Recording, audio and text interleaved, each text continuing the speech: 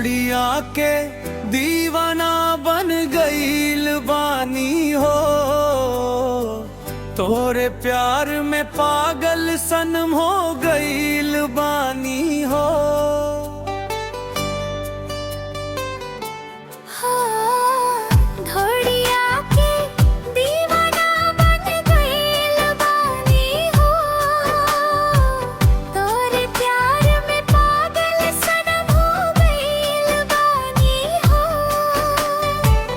अखिया से अखिया जब टकरावेला,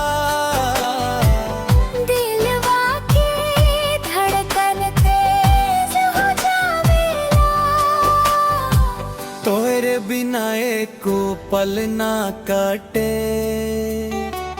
याद में तो हो रे मनवा डोले रे। ओ ढोड़िया के दीवाना बन गईल बानी हो, तोरे प्यार में पागल सनम हो गईल बानी हो।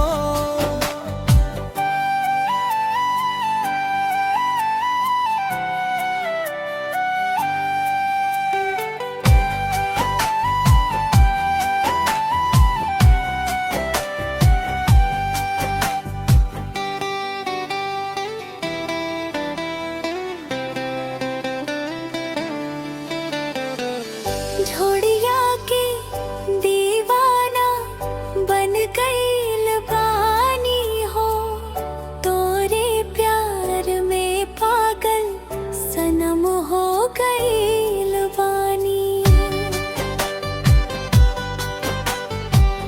ढोड़िया के दीवाना बन गईल बानी हो, तोरे प्यार में पागल सनम हो गईल बानी।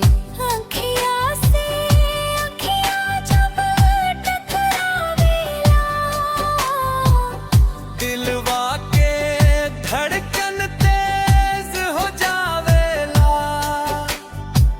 तोरे बिना एको पल ना कटे, याद में तो हो रे मनवा डोले रे।